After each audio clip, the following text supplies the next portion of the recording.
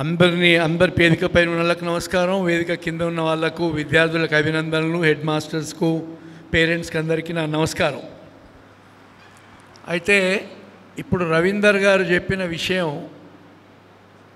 ఒక ఆలోచన రేకెత్తించడం ఏంటంటే, ప్రభుత్వ పాఠశాలలు బాగుపడాలంటే ఇవి ఇంకా ఇంప్రూవ్ కావాల్సిన పని ఉంది. ఎందుకంటే రమణయ్య గారు మాట్లాడుతూ మేము చదువుకునే రోజుల్లో 25-30 ఏళ్ల కింద ప్రభుత్వ పాఠశాల నుంచే మెడికల్ స్టూడెంట్స్ కానీ ఇంజనీరింగ్ స్టూడెంట్స్ కానీ ఎక్కువ శాతం ఉండేది.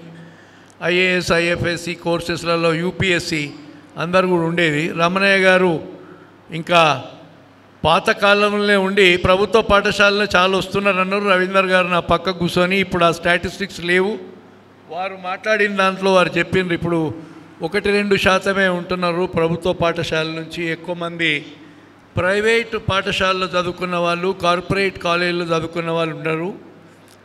కారణం ఏంటంటే వాళ్ళకి పొద్దుటి నుంచి సాయంత్రం దాకా అదే పనిగా వేరే విషయం మీద అవగాహన లేకుండా చదువులు ఒక్కటే చెప్పి వారికి సమాజంలో ఉన్న ఇబ్బందులు, సమాజంలో ఉన్న వేరే సమస్యలు అన్నీ ఏం తెలియకుండా పెరుగుతున్నారు. కాబట్టి వారు అన్న దాంట్లో ఏమిటంటే ఇవన్నీ తెలుస్తూ చదువుకొని పైకి వచ్చిన వాళ్ళకి సమాజానికి ఏం కావాలన్నది కూడా అర్థమవుతుంది. కనుక అటువంటి వ్యక్తులు ఎక్కువ మంది ప్రభుత్వ ఉద్యోగాలలో కానీ డాక్టర్లు, ఇంజనీర్లు అయితే సమాజానికి లాభమైంది అన్నారు, దాంట్లో అనుమానం లేదు. వందే మాత్రం నుంచి వచ్చిన సలహా సెమీ రెసిడెన్షియల్ స్కూల్ పెడితే బాగుంటుంది అంటే, అన్నిటికంటే గొప్ప విషయం ఏంటంటే ఈ మధ్యన ఏంటంటే వేరే వాళ్ళకి ఎవరికైనా ఒక ఐడియా ఇస్తే ఆ ఐడియాను తన ఐడియానే చెప్పుకొని నాకు ఒక ఆలోచన వచ్చింది నేను చేస్తానని చెప్పుకునే రోజులు ఇవి. అయితే ఆ రోజు సభాముఖంగా ముఖ్యమంత్రి గారు ఏమన్నారంటే, నేను వస్తున్నప్పుడు వందే మాతరంలో యాక్టివ్గా ఉన్న ఒక మెంబరు నాకు ఒక సలహా చెప్పిండ్రు, సెమీ రెసిడెన్షియల్ స్కూల్ పెడితే చాలా అద్భుతంగా ఉంటుంది సార్, ప్రభుత్వ బడిలో చదువుతున్న పిల్లలకు చాలా అవకాశాలు వచ్చే పరిస్థితి ఉంటుంది అంటే, ఆయన ఏమన్నాడని సభాముఖంగా సెమీ రెసిడెన్షియల్ అంటే ఏందని అడిగినా అట్లా చెప్పరు. యూజువల్లీ ఏం చేస్తారంటే ఆయనకే వచ్చినట్టు ఐడియా ఆయన్నే చెప్పినట్టు చెప్తారు. కాళోజీ గారు అనేది ఆయనకే వచ్చినట్టు వస్తే కొట్టేశానని, తెలుగులో ఆయన ఐడియా కొట్టేశానని, ఇంకొకరు చెప్పింది చెప్తే కొటేషన్ అని, అది ఇంగ్లీషు ఇది తెలుగు తేడా లేదని కాళోజీ గారు ఎప్పుడో నాకు చెప్పింది గుర్తుంది. కాళోజీ గారితో పరిచయం ఉండే నాకు. అయితే ముఖ్యమంత్రి గారు దాన్ని కొట్టేయకుండా వందే మాత్రం వాళ్ళు చెప్పిన ఐడియా నాకు నచ్చింది, నాకు మంచిగా అనిపించింది, మేము ఆలోచన చేసి సెమీ రెసిడెన్షియల్ స్కూల్ చేయడానికి పొద్దున బ్రేక్ఫాస్టు, లంచ్, ఈవినింగ్ స్నాక్స్ ఇచ్చి చేయడానికి ప్రయత్నం చేస్తాం. ప్రభుత్వ పాఠశాలలో రెసిడెన్షియల్ స్కూల్స్లో ఒక ఇంటెలిజెన్స్ రిపోర్ట్ వచ్చింది. తల్లిదండ్రి వాళ్ళకు దూరంగా పెరిగి వాత్సల్యం లేకుండా సామాజిక సమస్యలు వస్తున్నాయి అని తెలిసింది. అయినా ఒకేసారి మేము అవన్నీ మానేస్తేందుకు మేము ప్రయత్నం చేయము, అవి నడుపుతూనే సెమీ రెసిడెంట్ స్కూల్స్ చేస్తాము, వీళ్ళ ఆలోచన మంచిగుంది, వీళ్ళ ఆలోచన దృక్పథం మంచిగుందని ఒక మాట చెప్పినారు. దాంతో నాకు 2 విషయాలు ఏంటంటే, మంచి సలహాలు ఎక్కడి నుంచి వచ్చినా వారు ఇంకొక మాట కూడా అన్నారు, వందే మాత్రం వాళ్ళే కాకుండా ఇంకెవరైనా ఈ పాఠ్యాంశాల గురించి, ప్రభుత్వ పాఠశాలల గురించి వాళ్ళు ఆలోచన చేసి ఇగో ఈ విధంగా చేస్తే బాగుంటుందని చెప్తే మేము వింటందుకు తయారున్నామని అన్నారు. వారు చాలా గొప్ప విషయం.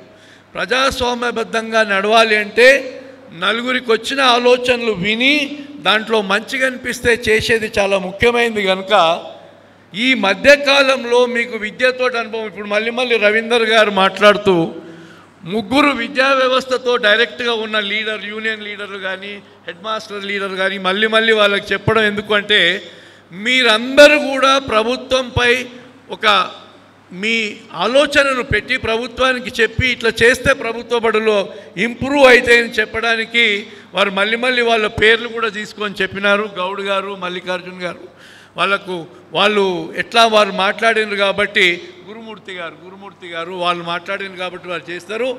వారే కాకుండా ఇక్కడ వేదికపై కూర్చునేలా కాకుండా ఇంకా ఇక్కడ ప్రధానోపాధ్యాయులు కూడా వచ్చినారు. కనుక 17 మండలాల నుంచి ప్రధానోపాధ్యాయులు వచ్చినారు. కనుక మీరందరూ కూడా ఈ ఆలోచనను చాలా సీరియస్గా తీసుకొని, అంటే ఆలోచన రాగానే ఇప్పుడు ఎందుకంటే వందే మాత్రం ఈ ఉద్యమం వారు 2005 అంటే 19 ఏళ్ల నుంచి ప్రయత్నం చేస్తుంటే ఈరోజు ప్రభుత్వము ఓపెన్గా మేము మీ ఆలోచనలు వింటాము, వందే మాతరం ఆర్గనైజేషనే కాకుండా వేరే ఎవరైనా ఆలోచనలు చేసిన వాళ్ళు కూడా ఉంటే మాకు చెప్పండి, ప్రభుత్వ పాఠశాలలు మేము మంచిగా చేసేందుకు ఏం చేయాలని చెప్పినారు. అదే మీటింగ్లో వారు ఇంకోటి ఏమన్నారంటే, ప్రధానమంత్రి కానీ చంద్రబాబు నాయుడు గారు కానీ నేను కానీ ప్రభుత్వ పాఠశాల చదివినమన్నారు. అంటే అప్పుడున్న పరిస్థితులు ఇప్పుడున్న పరిస్థితులు తేడా వచ్చింది కాబట్టి ఇప్పుడు ప్రభుత్వ పాఠశాలలో చదివిన వాళ్ళు ప్రభుత్వంలో ఉన్నారు కాబట్టి వారు ఆలోచించి విద్యారంగం గురించి బాగా తెలిసి ప్రభుత్వ పాఠశాలలు అభివృద్ధి చెందాలంటే ఏం చేయాలన్న విషయాలను 10 మందితోటి సేకరించి అది చేస్తారని నమ్ముతున్నా. ఎందుకంటే సభాముఖంగా వారు మొన్న చెప్పినారు కాబట్టి నేను వందే మాత్రం వాళ్ళతో కూడా ఏం రిక్వెస్ట్ చేసిన అంటే, వారికి కొన్ని కమిట్మెంట్స్ ఉంటాయి ప్రభుత్వంలో, ఆ టైం అయిపోయిన తర్వాత ఆగస్టులోనో సెప్టెంబర్లోనో మళ్ళొకసారి మీరు కలవండి, కలిసి ఏ విధంగా చేస్తే ప్రభుత్వ పాఠశాలలు మనం బలోపేతం చేయొచ్చు మీ ఆలోచన పెట్టండి. మీరు ఇన్నేళ్ల నుంచి ఉద్యమిస్తున్నారు కాబట్టి మీకు ఎంతోమంది ఈ సేమ్ పేజ్లో ఉన్న వాళ్ళు ఎంతోమంది పరిచయం అంటారు. అదే ఆలోచనలు మీరు చేస్తున్న ఆలోచనలతోటే ఉన్నవాళ్ళు ఉంటారు కాబట్టి అందరూ కలిసి ముఖ్యమంత్రి గారికి, ఎందుకంటే ఎడ్యుకేషన్ సబ్జెక్ట్ కూడా వారితోటే ఉంది. నాకు తెలిసి ముఖ్యమంత్రి గారు విషయాన్ని ఎంబడే గ్రహించగల శక్తి ఉంది. ఎందుకంటే ఆ రోజు వారిని రిసీవ్ చేసుకొని దిగిన తర్వాత స్టేజ్ పైకి వచ్చే వరకే చెప్తే ఆ విషయాన్ని వారు అర్థం చేసుకొని మళ్ళీ చెప్పగలిగినారు మీటింగ్లో. కనుక చాలా తొందరగా గమనించగలిగిన శక్తి ఆయనకు ఉంది. కనుక అందుకని నేనేమంటున్నా అంటే, మీరు ఇక్కడ కూర్చున్న వేదిక కింద కూర్చున్న వాళ్ళు హెడ్ మాస్టర్సు ఎవరైతే చెప్పగలరో, ఎప్పుడైతే ఒక అభిప్రాయాన్ని తీసుకురాగలరో, ప్రభుత్వ పాఠశాలను పెంచితే బడుగు బలహీన వర్గాలకు లాభం అవుతుంది, పిల్లలు అభివృద్ధి చెంది కుటుంబాలు అభివృద్ధి చెందుతాయి అన్న ఆలోచనలో ఉన్న వాళ్ళంతా ఈ అవకాశాన్ని వాడుకోండి. నాకు కూడా నమ్మకం ఏంటంటే, మొన్న మీటింగ్ అటెండ్ చేసిన తర్వాతనే జగన్ మాట్లాడుతూ ఏం చెప్పిందంటే, ఆ కార్యక్రమానికి చీఫ్ మినిస్టర్ రావు నేను కారణం, ఏదో వాళ్ళు వస్తే నేను ఒక ఫ్రెండ్కు ఫోన్ చేసినా వాళ్ళు పోయి మాట్లాడినరు, చీఫ్ మినిస్టర్ గారికి నచ్చింది ఈ కార్యక్రమం కనుక వారు వచ్చిండ్రు. నేను వారిని ఫస్ట్ టైం ఆ స్టేజ్ మీద అక్కడనే కలిసిన. నేను ఎవరినో ఫ్రెండ్కి చెప్పినా ఆ కార్యక్రమం అయిపోయింది, స్టేజ్ మీదనే కలిసిన వారిని నేను అంతవరకు కలవలేదు. కానీ నాకు సంతోషం ఏమిటంటే, అన్నిటికంటే సంతోషమైన విషయం ఏంటంటే, ఎవరో చెప్పిన సలహాను నా సలహాగా నాకే అర్థమైంది, నాకే ఆలోచన వచ్చిందని చెప్పుకోలేదు, అని కొట్టేయలేదు. వారి ఐడియాను కొట్టేయకుండా ఫలానా వాళ్ళు చెప్పినరు, నేను దాన్ని ప్రయత్నం చేస్తాం ఇంప్లిమెంట్ చేస్తాను విషయం నాకు చాలా నచ్చింది. అందుకే ఆ విషయాన్ని మీ ముందు పెడుతున్నా. మనం అందరము ప్రయత్నం చేసి నా నుంచి కాగలిగింది కూడా నేను చేస్తాను వారికి చెప్పినా. మళ్ళీ సభాముఖంగా కూడా చెప్తున్నా, వాళ్ళు ఒకవేళ అపాయింట్మెంట్ తీసుకొని, ఎందుకంటే విద్య గురించి వాళ్ళు రీసెర్చ్ చేస్తున్నారు 19 ఏళ్ల గురించి కనుక వారికి తెలుసు. నేను చేయగలిగిందంత ఏంటంటే, నా వృత్తిలో నేను ఉంటా కనుక నాకు ఏ విధంగా చేస్తే ఇది బలోపేతమైన విషయం తెలియదు, నా నుంచి కాగలిగిన సహకారం నేను అందిస్తా అని చెప్తూ వారిని ఆ ప్రయత్నం చేయండి. అయితే కొన్నిసార్లు ఇప్పుడు మనం మాట్లాడుతున్నప్పుడు కొందరు నెగిటివ్గా తీసుకునే పరిస్థితి ఉంటుంది, అందరూ పాజిటివ్గా తీసుకోండి. పరిస్థితులను మనం గమనించి ప్రభుత్వ పాఠశాలలను అభివృద్ధి చేయడానికి ఏం చేయాలన్నది అందరం ఆలోచిద్దామని, నా నుంచి కాగలిగింది కూడా నేను చేస్తానని మీకు చెప్తూ, ఈ కార్యక్రమానికి మా రమణయ్య గారు మిత్రుడు వారు ఇంతవరకే చెప్పినారు, ప్రతి సంవత్సరం మీరు చేసుకున్నా నేను అరేంజ్ చేస్తా అని. అది ఎప్పుడు చేస్తుంటారు. అయితే ఇప్పుడు కార్యక్రమం సైజు అంటే number of the people attended చాలా తగ్గింది. ఎందుకంటే అప్పుడు పాలమూరు జిల్లా ఉమ్మడి జిల్లా ఉన్నప్పుడు, ఇంతకుముందే చెప్పిండ్రు జగన్, ఉమ్మడి జిల్లా ఉన్నప్పుడు ఈ జిల్లాను 7 ముక్కలు చేసిండ్రు. మీకు అందరికీ తెలిసే ఉంటుంది. 5 జిల్లాలు అయినాయి, 2 ముక్కలేమో రంగారెడ్డి జిల్లాకు ఒకటి, వికారాబాద్ జిల్లాకు ఒకటి అయింది. కాబట్టి పాత పాలమూరు జిల్లా 7 ముక్కలు అయింది కాబట్టి సంఖ్య తగ్గిండు, 17 మండలాలే ఉన్నాయి. అయినా ఒక్క విషయం ఏమిటంటే, ఆ రోజు ప్రతిభా కార్యక్రమాలు రాష్ట్రం మొత్తం జిల్లాలలో చేస్తున్నప్పుడు నేను తెలుసుకున్నది ఏంటంటే, మహబూబ్ నగర్, వనపర్తి జిల్లాల నుంచి 10/10 గ్రేడ్ వచ్చిన వాళ్ళు ఎవరు లేరని. అయినా మీరు దాని గురించి బాధపడాల్సిన పని లేదు, ప్రయత్నం చేస్తూనే ఉండాలి. మీకు వచ్చిన స్కోర్, మీరు టాప్ స్టూడెంట్స్ని ఇప్పుడు మీరు సన్మానం చేయాలని వాళ్ళు ఆలోచించరు, హెడ్ మాస్టర్ని ఆలోచించరు కాబట్టి గొప్ప విషయం.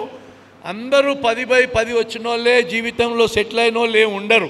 తక్కువ మార్కులు వచ్చిన వాళ్ళు కూడా సంఘానికి పనిచేసే వాళ్ళు ఎంతోమంది ఉంటారు. ఇప్పుడు నేను మీకు చెప్తున్నా, మీకు ఇంతవరకు కూడా వాళ్ళు ఆ కార్యక్రమంలో కూడా నన్ను మాట్లాడమంటే మాట్లాడినా, నాకు 10/10 రాలేదు ఎప్పుడు. ఇప్పుడు అంత స్కోర్ రాలేదు, కానీ నేను కూడా సమాజానికి కొంచెం పనిచేస్తున్నా సమాజానికి అనుకుంటున్నా. కనుక మీరెవరు నిరాశ పడాల్సిన పని లేదు. 10/10 మన జిల్లాలో ఎవరికి రాలేదని. మీకు కాగలిగినంత కష్టపడ్డాక ఏ గ్రేడ్ వచ్చినా పర్లేదు, దాంతో సంతృప్తి చెందాలి. ఎందుకంటే మనం డిసప్పాయింట్మెంట్ అన్నది చాలా నష్టం చేస్తుంది లైఫ్లో. నేను 10/10 రాకుంటే నేను దేనికి పనికిరాను అన్న ఆలోచన ఉండొద్దు. తక్కువ మార్కులు వచ్చిన వాళ్ళు కూడా పనికొస్తారు సమాజంలో. కలెక్టర్లు, డాక్టర్లు, ఇంజనీర్లు, ఐపీఎస్ ఆఫీసర్లే కాకుండా సమాజంలో ప్రతి ఒక్కరు ఉండాలి. కనుక ఏ స్థాయిలో ఉన్న ఆఫీసర్ కానీ, ఏ స్థాయిలో ఉన్న మనిషి కానీ తన నుంచి కాగలిగిన సహాయము సంఘానికి ఏం చేస్తామని ఆలోచించే దృక్పథం అన్న వాళ్ళు ఉంటే సరిపోతుంది. ప్రతి ఒక్కరూ టాప్లోనే ఉండాల్సిన పని లేదు, ప్రతి ఒక్కరూ ఫస్ట్ రావాల్సిన పని లేదు.